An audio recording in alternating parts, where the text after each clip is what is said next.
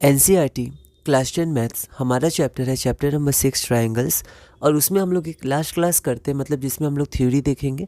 उसके बाद अगली क्लास से हम लोग सिर्फ क्वेश्चंस प्रैक्टिस करेंगे और इसी क्लास के साथ हमारे यह चैप्टर पूरा हो जाएगा कि क्या क्या हमें पढ़ना था।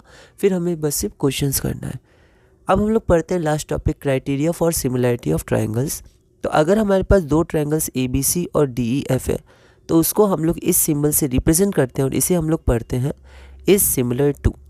So if two triangles ABC and DEF are similar, then we write triangle ABC is similar to triangle DEF symbolically and read it as triangle ABC is similar to triangle DEF. आगे हम लोग पढ़ते हैं, as done in the case of congruency of two triangles, the similarity of two triangles should be expressed symbolically using correct correspondence of their vertices. जैसे congruency में हम लोग ABC है तो DEF लिखते हैं, अगर BAC है तो हम लोग कुछ और लिखेंगे, DEF तब नहीं लिखेंगे। ठीक है, तो ये correspondence होता है, उसके हमें ध्यान रखना है। जैसे अगर ABC और DEF अगर सिमिलर है तो हम लोग को ABC और DEF को ही सिमिलर लिखना है। ABC को EDP या FED के सिमिलर हम लोग नहीं लिख सकते, क्योंकि यहाँ पर हम लोग इससे ही पता कर सकते हैं, क्योंकि जो कॉरस्पॉन्डिंग एंगल्स होते हैं वो सेम होते हैं। तो ABC में पहले A आया तो वो इक्वल होगा, DEF में पहले D आया तो एंगल D के, ABC में B बीच में आ रहा है, DEF में E बीच में आ रहा है तो B और E सेम होंगे और C और F सेम होंगे। उसी तरह जब हमें कॉरस्पॉन्डिंग साइड का रेशियो लेना है तो यहाँ पहले दो लेटर AB हैं, यहाँ पहला दो लेटर DE है। ठीक है, तो AB/DE। फिर उसके बाद यहाँ पर आखिरी दो लेटर BC हैं, यहाँ पर EF है तो BC/EF। तो ऐसे करके कॉरस्पॉन्डेंस हम लोग डायरेक्ट इसके नाम से ले सकते हैं, इसलिए हम लोग को सही नाम लिखना है। ठीक है, अब अगर BAC लिखेंगे तब हम EDF लिखेंगे, क्योंकि एंगल B एंगल E के बराबर है, A D के बराबर है और C F के बराबर है। अगला क्वेश्चन है, what is AAA criteria of similarity. जैसे कॉन्ग्रुएंसी का क्राइटेरिया होता है तो वैसे ही AAA होता है, इसे एंगल एंगल एंगल भी कहते हैं। तो if in two triangles corresponding angles are equal, then their corresponding sides are in the same ratio of proportion and hence the two triangles are similar। क्योंकि सिमिलर करने के लिए दो ही बातें होनी चाहिए, एंगल सेम होनी चाहिए और corresponding sides का रेशियो सेम होना चाहिए। तो अगर हमारे पास दो ट्राइंगल है, एंगल A बराबर एंगल D है, एंगल B बराबर एंगल E है और एंगल C बराबर एंगल F है, तो हम लोग बोल देंगे triangle ABC similar to triangle DEF। इसे हम लोग AAA या एंगल एंगल एंगल क्राइटेरिया बोलते हैं। आगे हम लोग देखते हैं, अगला हमारा है what is AA similarity criteria for two triangles. तो AA हो गया एंगल एंगल। तो if two angles of one triangle are respectively equal, तो लैंग्वेज पर ध्यान देंगे, ये गलत हो गया था। If two angles of one triangle are respectively equal to two angles of another triangle, then the two triangles are similar. This is referred to as the AA similarity criteria for two triangles. ठीक है, तो ये AAA के बराबर ही है, क्योंकि अगर दो ट्रायंगल के दो एंगल इक्वल है ना तो तीसरा एंगल इक्वल हो गई, क्योंकि 180 डिग्री माइनस ये दोनों का सम, 180 डिग्री माइनस ये दोनों का सम, तो दोनों इक्वल है, तो फिर आपका आंसर भी इक्वल आएगा। अगला देखते हैं, what is SSS similarity criteria of two triangle, या फिर what is SSS criteria of similarity. तो इसको दो बार नहीं लिखना है, तो what is SSS criteria of similarity. SSS से साइड साइड साइड है, लेकिन ध्यान रखना है साइड्स इक्वल नहीं होंगी, प्रोपोर्शनल होगी, क्योंकि ये सिमिलैरिटी है। तो if in two triangles sides of one triangle are proportional, equal नहीं, are proportional to, that is in the same ratio of the sides of other triangle, then corresponding angles are equal and hence the two triangles are similar. दोनों पूरा हो जाएगा, एक पूरा हुआ तो अगर साइड्स प्रोपोर्शनल है तो एंगल सिमिलर होंगे, मतलब एंगल सेम होंगे, एंगल सेम होंगे और ट्रायंगल्स सिमिलर होंगे। This is referred to SSS या साइड साइड साइड क्राइटेरिया। तो ABC DF अगर हमारे पास दो ट्रायंगल है तो AB/DE, BC/EF एंड AC/DF। अगर DF या FD हम लोग लिख सकते हैं, अगर हम लोग CA ले रहे हैं तो हम FD फिर लेंगे, तो ABC is similar to DEF। अगला क्वेश्चन है question number 17, what is SAS similarity criteria of two triangle, side angle side. पर ये एंगल उन दोनों साइड के बीच वाला एंगल है, जैसे कॉन्ग्रुएंसी में होता था। तो यहाँ पर हम लोग SAS सिमिलैरिटी क्राइटेरिया देखते हैं। तो if one angle of a triangle is, यहाँ पर इज है, is similar to one angle of the other triangle and the sides including these angles. मतलब जो एंगल लिया है उसके अगल बगल का ही साइड लेना है, and the sides including these angles are proportional. ठीक है, कॉन्ग्रुएंसी में सेम होता था, यहाँ प्रोपोर्शनल होता है, इसे हमें ध्यान रखना है। And the sides including these angles are proportional, then the two triangles are similar. इसे हम लोग SAS क्राइटेरियन भी कहते हैं। तो ABC और DEF, तो हम लोग मान लेते हैं जो एक एंगल सेम है वो है angle A is equal to angle D। तो एंगल A को AB और AC कंटेन कर रहा है, एंगल डी को डी और डी एफ कंटेन कर रहा है, तो ए बी बाई डी और प्रपोर्शनल होना चाहिए ए सी बाई ई एफ के, ठीक है, डी एफ, सॉरी ये डी एफ है ना, डी एफ, ठीक है। तब आपका दोनों ट्रायंगल क्या हो जाएगा, सिमिलर हो जाएगा, A B C similar to triangle D E F. अब हम लोग कुछ क्वेश्चंस करते हैं, एनसीईआरटी सॉल्व्ड एग्जांपल है। तो अगर P Q parallel to R S है, ये क्या है आपका पैरेलल है, तो हमें प्रूव करना है जो ट्रायंगल पी ओ क्यू है वो सिमिलर है ट्रायंगल एस ओ आर के। तो यहाँ हम लोग देखते हैं, तो यहाँ पर given P Q is parallel to R S, ठीक है। तो यहाँ पर हम लोग को प्रूव करना है, वो मैंने लिख दिया। अब हम लोग देखते हैं, तो यहाँ पर ये जो एंगल होगा इसको मैंने 3 बार किया है और ये इसके बराबर होगा, तो ये दोनों बराबर हो। उसी तरह क्योंकि ये दोनों पैरेलल हैं, तो अगर ये दोनों पैरेलल है तो आप देखिए ये एंगल और ये एंगल ऑल्टरनेट इंटीरियर एंगल हो गया, मैंने ऑल्टरनेट एंगल लिख दिया। तो एंगल पी और एंगल एस बराबर होगा और उसी तरह एंगल क्यू और एंगल आर बराबर होगा, ठीक है। तो हम लोग जब नाम लिखेंगे तो इस तरह से लिखेंगे कि हम लोग नाम से ही पता कर पाएँ कौन किसके बराबर है। तो पहले मैंने लिख दिया P O Q similar to, तो P किसके बराबर है एस के, तो पहले एस आ जाएगा। O किसके बराबर है, तो O के ही है ना, पी ओ क्यू, और आर ओ एस या एस ओ आर, तो O आ जाएगा। फिर Q किसके बराबर है आर के, तो एस ओ आर हो जाएगा। इसका हमें ध्यान रखना है, ठीक है। अगला क्वेश्चन देखते हैं, तो ये हमारा प्रूफ हो गया, तो आप यहाँ लिख सकते हैं हैंस प्रूफ्ड। अगला है फाइंड एंगल P, ठीक है। ये थोड़ा अच्छा क्वेश्चन है क्योंकि इसमें आप देख सकेंगे कैसे हमें लिखना चाहिए। तो एंगल P हमें फाइंड करना है, तो ये दोनों हमारे पास ट्रायंगल ए बी सी और ट्रायंगल आर पी क्यू या पी क्यू आर, अभी आप कुछ भी बोल सकते हैं, एनसीईआरटी सॉल्व्ड एग्जांपल। तो यहाँ पर अगर हम लोग देखेंगे तो यहाँ पर हमें एंगल पी फाइंड करना है, ठीक है। अब यहाँ पर देखिए कि अभी एंगल सी हम लोग फाइंड कर सकते हैं एंगल सम प्रॉपर्टी से, पर इसका हमें कोई भी एंगल नहीं पता है।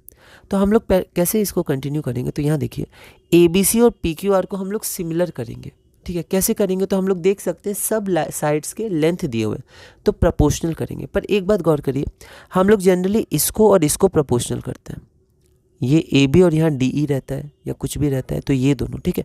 लेकिन यहाँ पर ये दोनों प्रोपोर्शनल नहीं होगा, क्यों, क्योंकि यहाँ देखिए 3√3 और 6√3 इन दोनों को डिवाइड करने से 1/2 या 2 आंसर आ सकता है। वैसे 6 और 12 को डिवाइड करने से 2 आ सकता है या 1/2 आ सकता है। तो इसको और इसको डिवाइड करेंगे क्योंकि ये भी 2 या 1/2 आंसर दे रहे हैं, ठीक है। तो यहाँ पर थोड़ा ट्रायंगल घुमा सा हुआ है, तो अगर हम लोग प्रोपोर्शनल करेंगे तो इस साइड को इस साइड से करेंगे, ठीक है। यहाँ देखिए ए बी को हमने किससे किया, आर क्यू से किया 1/2। उसी तरह ए सी को हमने किससे किया, आर पी से किया। ए सी को किससे किया, आर पी से, या इसको उल्टा बोल सकते हैं सी ए को पी आर से। शुरू में थोड़ा कन्फ्यूजन लगता है, अजीब सा लगता है ना, क्या लिखे क्या नहीं लिखे, पर फिर भी हम लोग सी ए मान के चलते हैं और पी आर मान के चलते हैं, ठीक है। तो 3√3 और 6√3। उसके बाद बचा क्या, बी सी बचा। अब यहाँ दिक्कत है क्या, हम लोग पी क्यू लिखें या क्यू पी लिखें। तो जैसे बी सी में ऐसे नॉर्मल अगर हम सोचेंगे तो हम लोग सोचेंगे बी से सी है ना, तो पी से क्यू चलते हैं, पी क्यू, पर यहाँ क्यू पी लिखा है, तो बोल सकते हैं हम लोग फ़र्क क्या पड़ता है, क्यू पी लिखो या पी क्यू। लेकिन थोड़ा सा दिक्कत हो सकती है, जैसे हम लोग भी क्यू पी लिखते हैं 6/12 1/2।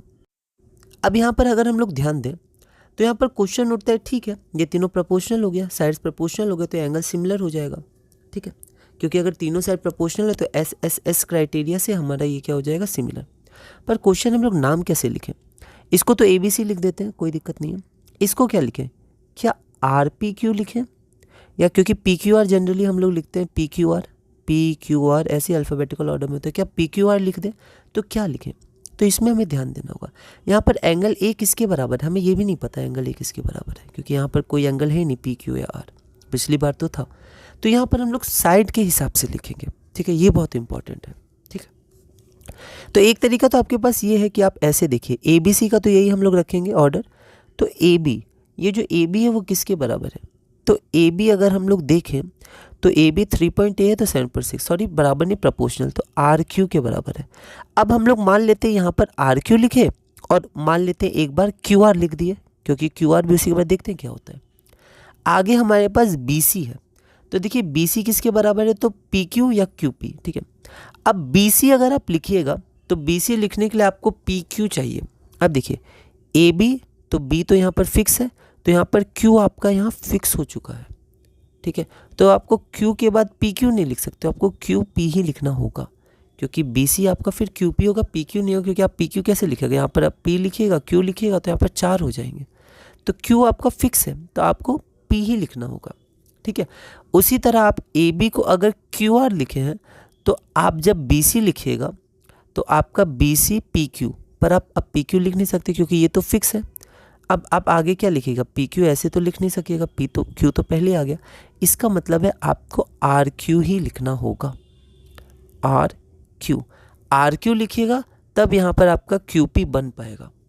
तो ऐसे आप देख सकते हैं। दूसरा तरीका क्या है, इस ट्रायंगल को क्या करिए, थोड़ा सा घुमा दीजिए। जैसे ए बी है ना, तो लेफ्ट हैंड साइड में है, तो अभी ये राइट में है आर क्यू, तो इसको भी लेफ्ट में ले, इस ट्रायंगल को थोड़ा सा आप घुमा दीजिए, ठीक है। तो यहाँ हम लोग कोशिश करते हैं, तो यहाँ देखिए मैंने यहाँ घुमाने की कोशिश की है, तो यहाँ मैंने आर क्यू कर दिया है और बी सी 6 है ना, तो जैसे आप आर क्यू इधर करिएगा तो क्यू वाला इधर आ जाएगा, तो पी इधर आ जाएगा, तो क्यू पी हो जाएगा और इधर आर पी आपका इधर आ जाएगा, ये आ जाएगा।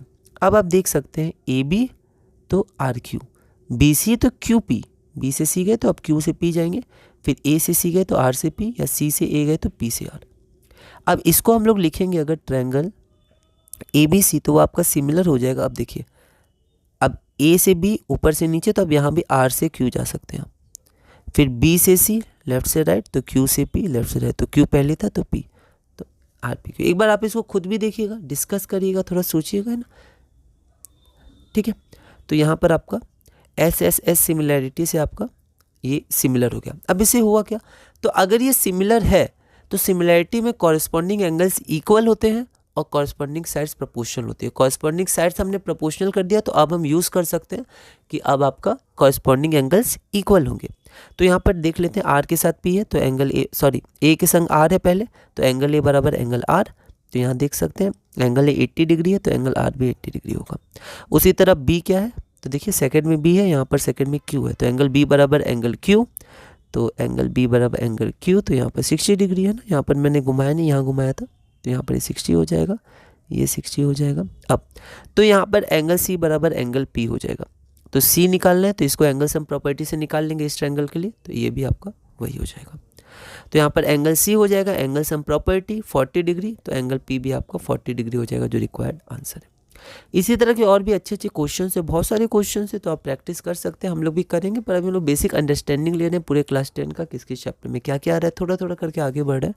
लास्ट क्वेश्चन देखते हैं, व्हाट इज आरएचएस सिमिलैरिटी, तो ये लास्ट में दिया हुआ है, लास्ट पेज में, जब ये जो अगला चैप्टर कोऑर्डिनेट ज्योमेट्री शुरू है उसके पहले वाले पेज में ये दिया हुआ है आरएचएस सिमिलैरिटी क्या होता है। तो if two right angle triangles RHS right, तो right triangles if in two right triangles hypotenuse and one side of one triangle are proportional to the hypotenuse and one side of the other triangle, then the two triangles are similar.